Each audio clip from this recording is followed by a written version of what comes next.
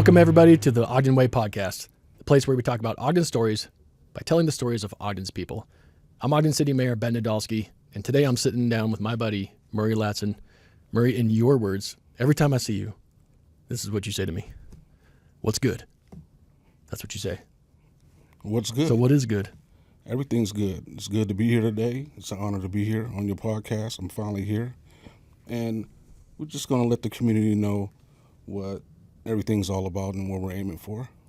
Well, Murray's a buddy of mine that I've gotten to know over the years through service.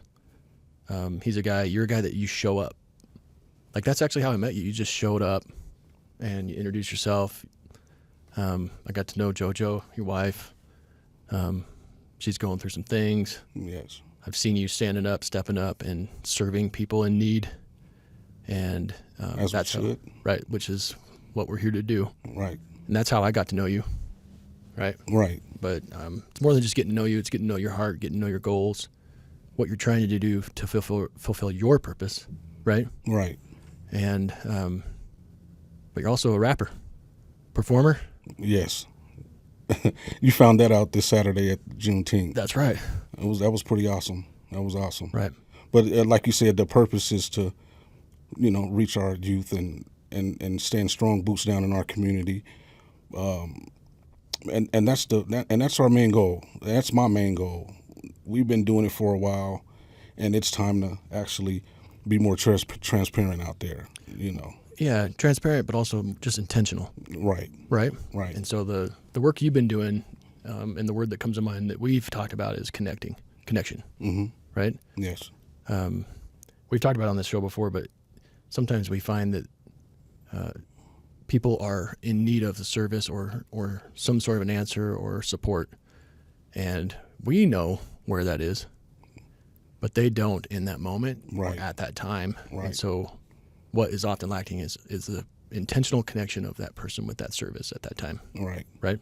Right. And we want to intentionally connect them, and we have to know what lane to intentionally connect them to. So if we don't have it, we're going to find it. We're going to make sure. I can always give the mayor, give you a call. We're going to make sure that we can lead these kids into the right resources to have that intentional connection for sure. Well, I think there's something to be said about not only where do you connect and how do you connect, but when. Right. Right. Right. And maybe they're not always ready, but at the same time, how do you connect somebody if you don't first connect with them and understand where they're trying to go, right? Right. Because you might be connecting them with an opportunity or a service or something that doesn't make sense for what their goals are. Right. That's not the that's the important part. We have to actually connect with them to find out what we're trying to connect them to, because we have to listen to them. We have to listen to our youth. When I say them, to actually find out their passion and what dreams they have. They might have a lot of dreams, but the more we contact with them and listen, a bunch of active listening will help when you listen to a kid, and you can find out so many things that they want to be in life. But we aim that one thing that they really focused on. That's how we find it.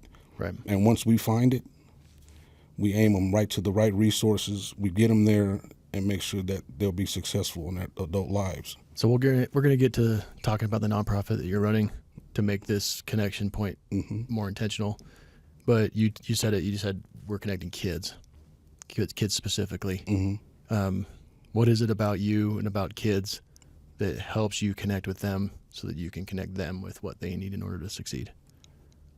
I've been here for a while, so just actually growing up, knowing that we didn't have those resources when we were growing up.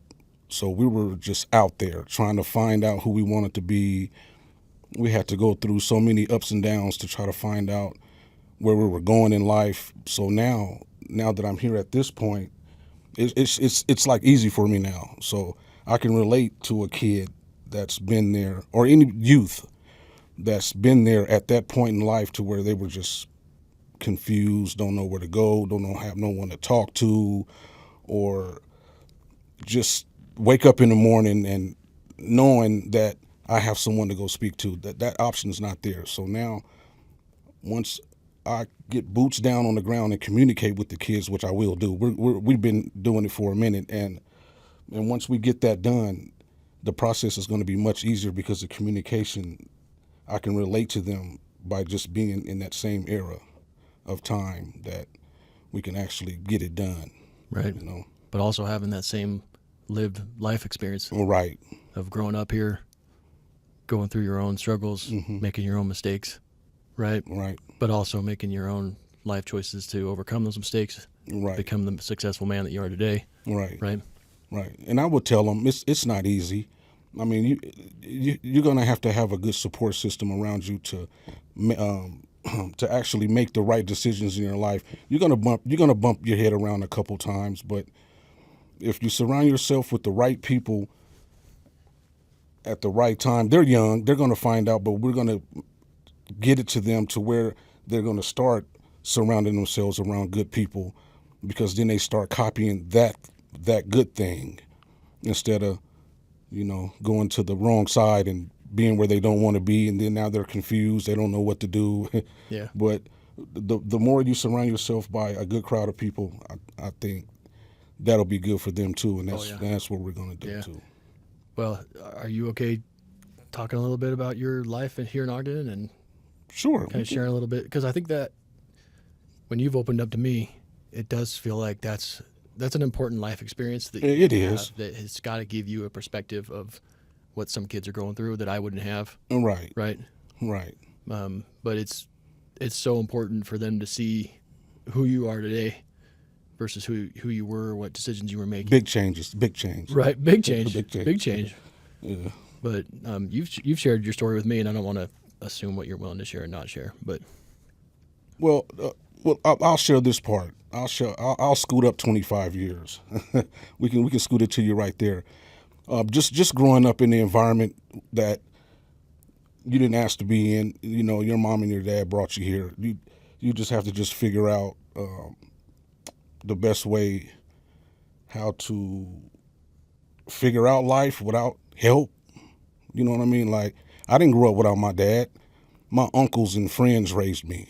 We lived in different places and never stayed in one place at the same time. So everything's new everywhere we moved. So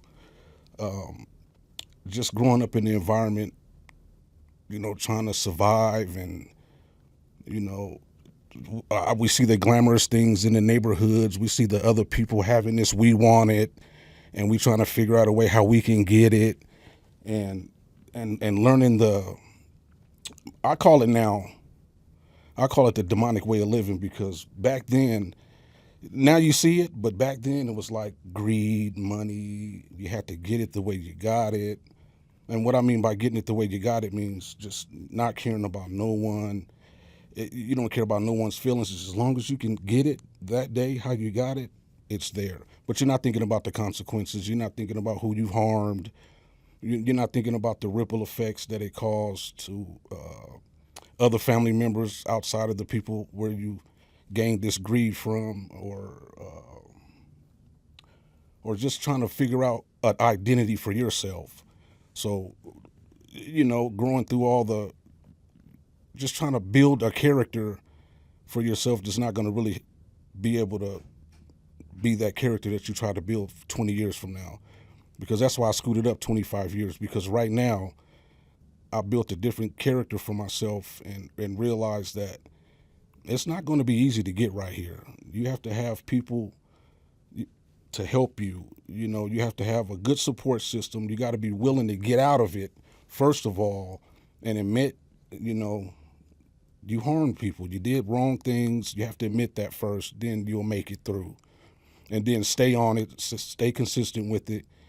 And, you can actually be here long enough to tell a story like I'm telling now. And that's just part of my story. So how were you able to do that for yourself? I just, it came to a point where enough is enough.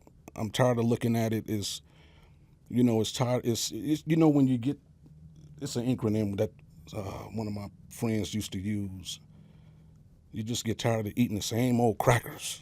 A dull taste. It's just same old. And then you want to try to figure out You want a new taste now. So it's time to make a change. And what actually changed me, I spent 5 years in prison for the first time ever. I was a grown man, but just growing up, getting it the way I lived, and trying to survive in whatever era of the years that we were living in. I did 5 years in prison, and when I spent that time in prison, I was thinking to myself, "Oh, when I get out of here, this is it."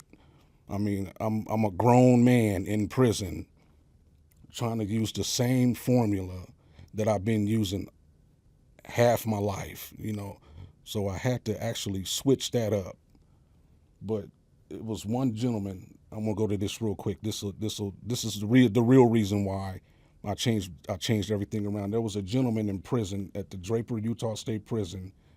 His name was Elroy Tillman. He was the first black man to get off death row there, and he moved next door to my cell. This was on my way out. Really? I don't know if God put this man in my place for me to talk to him and see him at the end of my stint. And, wow. And he moved right next door to me, and he came over and knocked on my cell. He was like, "Get up. Come on, walk with me." I was like, "Oh, this is an old man. I don't even know who he is. He just told me to get up," and I'm like, okay, I felt the good vibe from him. I didn't feel threatened. So I walked with him, and we were walking. He was like, "What you doing in here?" I said, "Oh, man, I'm on the end of my journey. I'm just passing through here. I don't like talking about I'm getting out. I don't want to, say the wrong thing to somebody. And no, you ain't got to worry about me, young man. But I'm going to tell you right now, just by me looking at you, you don't belong here. When you get out, stay out. Don't come in here. This is not a place for you." Really? And he meant it when he told me, and I could see it in his eye. Old dude, blue eyes, like death row, like preserved him. I mean, he had long. It was like he was preserved. But when we had a good long talk down the hallway, and I talked to him and let him know why I was there, he was like, "Oh yeah, don't come in here no more. Pass through here. This is not for you." And I made a promise to him. I say, "When I get out, you won't see me in here again." And guess what? I've been out since 2009, and it's been beautiful. I have a beautiful wife that's on my side, helping me out, keeping me balanced in life, and I'm finally talking to my kids a little bit more. I'm hanging out in the community, really boots down on the ground. Yep. Showing up, because when I say what's good, that means it's time to what's next on the agenda. Let's get it done. Yeah. But yeah, that part of my life right there is what actually motivated me and pushed me forward a little bit more to be this better person that I've became. And I just want to get to the rest of our youth out here and try to touch as many of them as we can, because I know there's other community leaders, and I know there's other nonprofits around, but the more there's here, the more we can help. That's correct. Because we might be able to touch this little area when they're focused over here trying to do their thing, but we're all aiming for the same thing. So that's a powerful story and powerful experience that you had, and it doesn't sound like it comes to one experience. It comes to this period in your life. Oh yes, multiple. It's a lot, right? So you must have gone through a long process in those 5 years. That's not a short period of time. Oh no. Yeah, that was just a quick,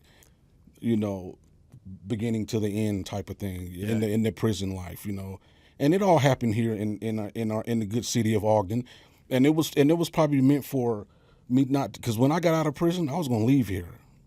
I was going to leave this mess here that I've caused, and it was a mess, but when I got out and I started looking at it like, I'm not going to run from nothing. I'm tired of running. Yeah. I'm gonna stand up firm with my head up and my chest out and say, you know what?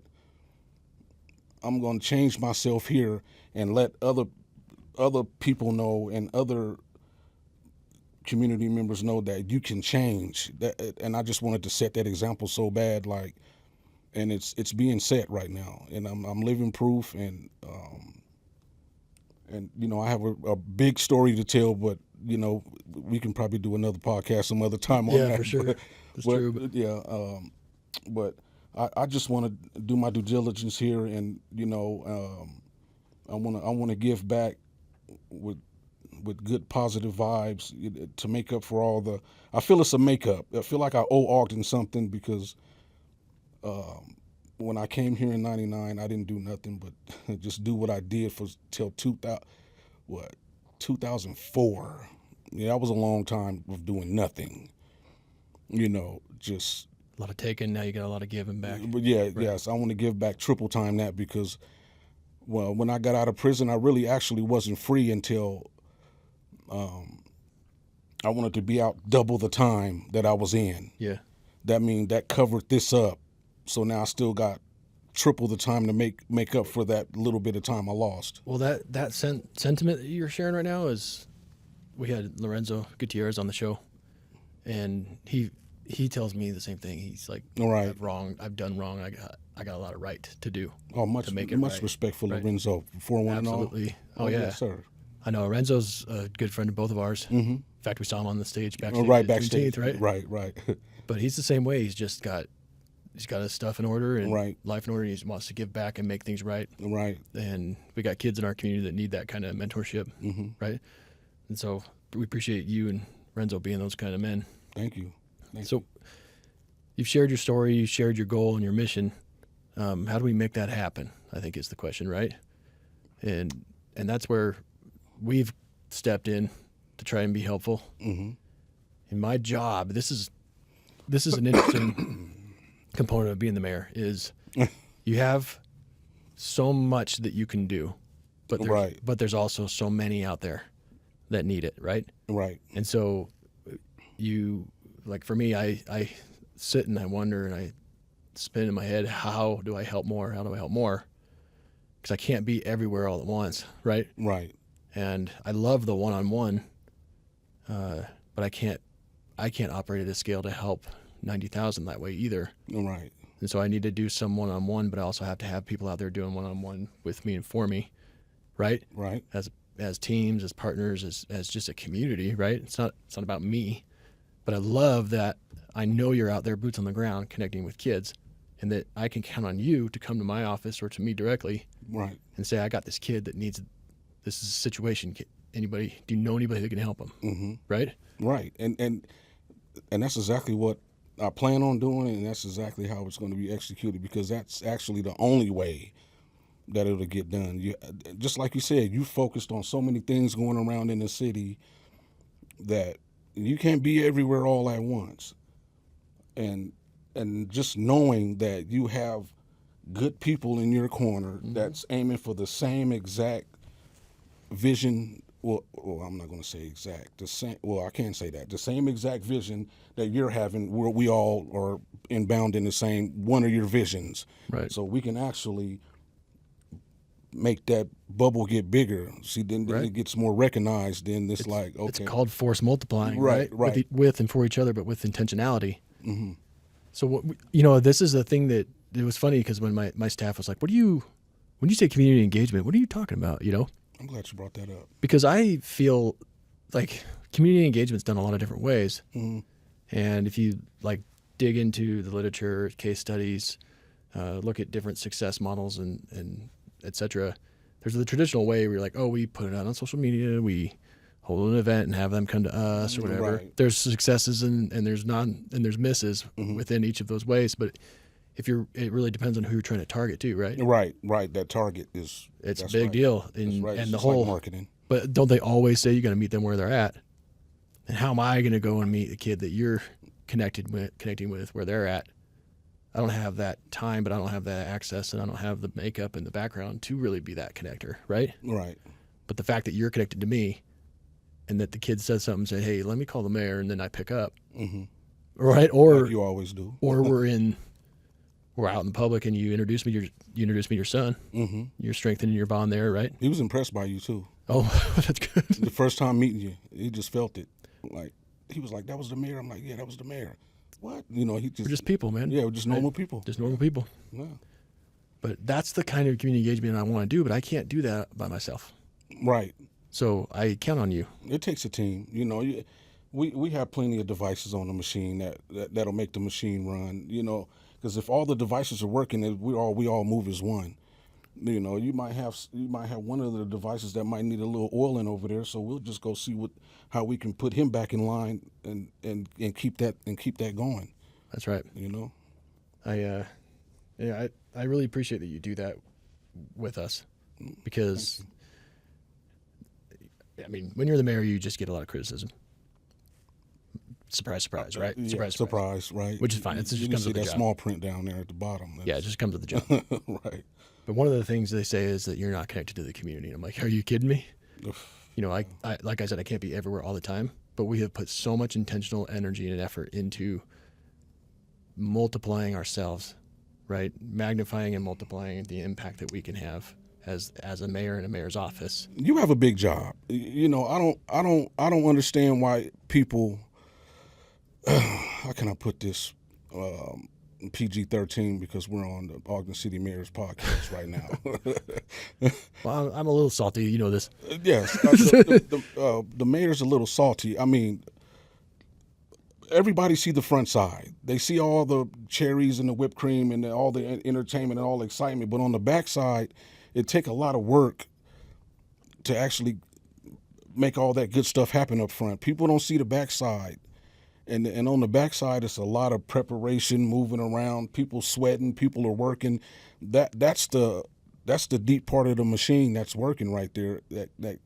That make Ogden City's moving around, because Ogden City's looking real beautiful right now. From the time that I've been here, since 1999 until right now, 2025, Ogden City has grown up to be looking real nice out here, right? And I want to be the first to thank you too, and I'm pretty sure everybody else will thank you too.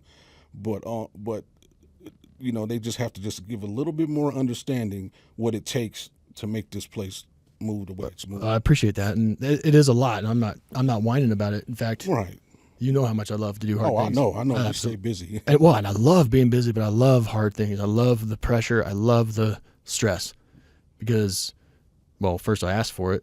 Right. But it's an absolute gift to carry the load and the burden. I appreciate you carrying some of my stress too. Of course, like you carry some of mine, I carry some of yours. Right. That's why we're community. That's why we're brothers. Right. But really, you know what's most intentional about what the work you and I are doing in terms of the bigger plan and the bigger vision for Ogden is, for me, it's not good enough for me to try and create economic opportunity and give economic mobility to people if we're not intentionally trying to give those opportunities and that mobility for upward progression in life to the people we have here. Right. Right? Right. If I wanted to go out and just do things to replace who we are and who we have, I think that we're going to lose who we are as a community and all the things that make us special. Oh, right. Yeah. Definitely. So my goal is to have as many soldiers, boots on the ground, friends and community members and leaders like you, out there connecting with as many kids and people that have real talent, real ability, real drive and motivation to step into their best, but don't have access or not surrounded by the best examples, etc. Right? Right. If we can do that with as much intentionality as possible, we can help as many people that live here as possible step into their own greatness here. Right. That's right. And they don't have to leave anywhere. They can just stay here. You know, feel confidence, be strong in what you're doing, because once we get our community strong, we don't want them to leave. We want them to stay right here. Right. And once they get strong, then they'll start bringing their knowledge around to everybody else around them to get them the same way. And that's what we want. Ogden, the Ogden way, Ogden strong. It's just that is what it is, right? It is what it is, right? Yes. But if we don't do it intentionally, we're going to replace our people. And my job is to create an environment where people can succeed. You succeed by having access to opportunities. Having access to an opportunity sometimes means having somebody that will connect you to opportunity. Right. And for some people, it means really basic life services for survival, for hunger, etc. For other people, it's connecting with an opportunity for employment or an opportunity to level up in your economic opportunity, right? Right. Maybe it's connecting to an education or a workforce service or a certification process or pathway. That's who's coming into the podcast next. It's President Mortensen and President Taggart are both coming back to back, because we're developing these pathways and access to opportunity for success, right? And that's awesome. I love that right there. But we have to have a plan, an intentionality and strategy to connect with our people and connect them with those opportunities. Man, that's going to be another plan that I'm going to write down on my notepad to make sure that we come up with a good formula for that. Right. I mean, the formula's here already. It just needs to be written down out, and, Right. and let's go to work. I got a plan for you, just so you know. We're going to put some jet fuel on your fire and scale you even more. Push me around, yeah. Oh, Push me around. I got some things in the works coming for you. Okay. I'm ready. I know you are. I wouldn't say it if I didn't think you were. Right. So what is it about this work that just keeps driving you? Like, I've never seen you not wanting to keep going. You know, it's because I've been here so long. I see everything that's going on in Ogden. I pay attention to everything that's going on, and I just sit back and just be like, this is unbelievable. I mean, I can say unbelievable in a good way and a negative way, but I'm looking at these things like that could have been done just a little bit different, you know, to make that line up with what's really going on right now. Or maybe this side was doing a little bit too much. They can, you know, balance out the middle. But it's just every day, just being here so long. I like what I'm seeing, and that's the thing. I like it. You know, I see smiles on people's faces. That really gets me going too. When I see the community actually connecting with each other again, you know, people are walking by saying hi, you know. You still got a little bit people that are a little distant right now, but I feel it more coming together, and once I see that's coming together, I want to be that link in the middle that just keeps pulling and pulling and pulling, and we get them right here until we start making noise right there. You ever hear people talk about unity? It's a word that's going around. We're lacking it in a lot of places around the country. Right. We're driving toward it. We feel like we need more of it. Mm-hmm. Sometimes people think that unity has to mean political agreement. It doesn't. No, it doesn't. It doesn't at all. No. At all. At all, period. Like, I don't know if I've ever even talked politics, actually. No, we haven't. We haven't really talked it. I mean, because I like to keep it real life. Well, I don't know. You just never judge me for mine. I've never judged you for yours. It just never comes up, right? No, it never comes up because I see a real genuine person right there. So why would I want to even mess that up? Well, I think I feel the same way. But I wouldn't. It really wouldn't matter to me what your political views are. Frankly. Right, it didn't matter. Yeah, no. So you can tell me whatever you want, and I'd be like, well, it doesn't matter because I love Murray. All right, that's the whole thing. That's what means the most to me. I don't care what kind of car you drive. I don't care if you eat noodles. I mean, I eat steak. I don't care. You're the same person that I've been talking to, and I feel the good vibe.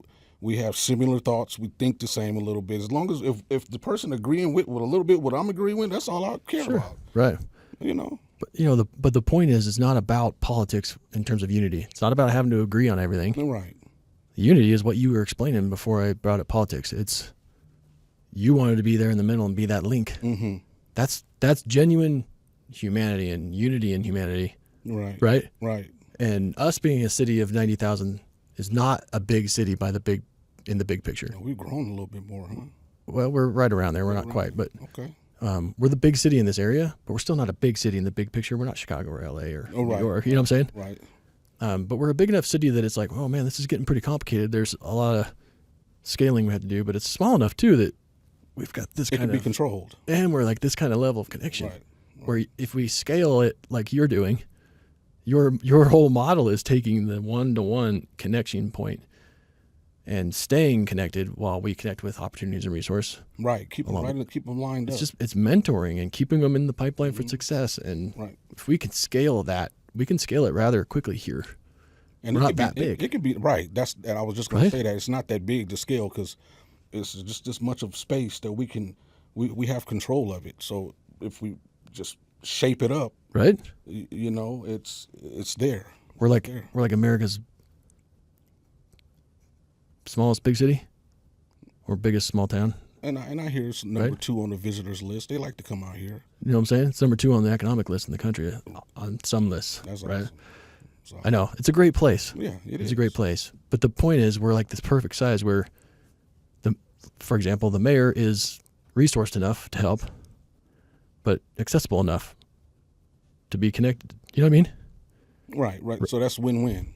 Yeah, it's the perfect size. It's the sweet That's spot. a win-win. Yeah. Yeah, it's so much fun to do that and be that.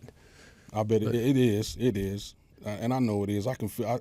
When every time I see you, man, your eyes are always open. You're always smiling because you're getting it done.